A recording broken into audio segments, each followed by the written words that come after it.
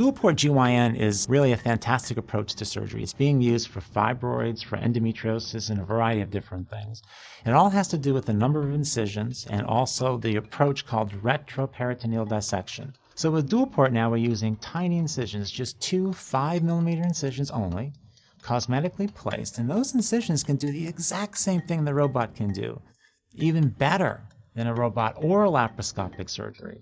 So now patients have the best possible option. Retroperitoneal dissection is sort of like a mapping system for the pelvis. If you're outside driving in your car, use a GPS to find out where you're going.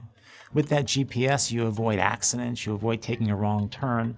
You get someplace very quickly with the GPS. When standard laparoscopic and robotic surgeries are performed, the usual approach for both of these techniques is a blind method.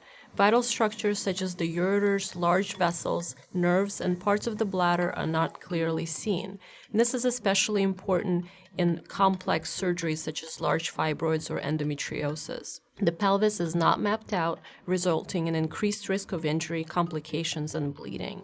Mapping the pelvis through dual port avoids injury to these vital structures and ensures that the surgery is completed quickly, safely, and without accidents. The dual port technique, with the combination of the 2 small incisions and the retroperitoneal dissection, really is a novel advance for hysterectomy and other surgeries. And because of that mapping system, the success rate is phenomenally high.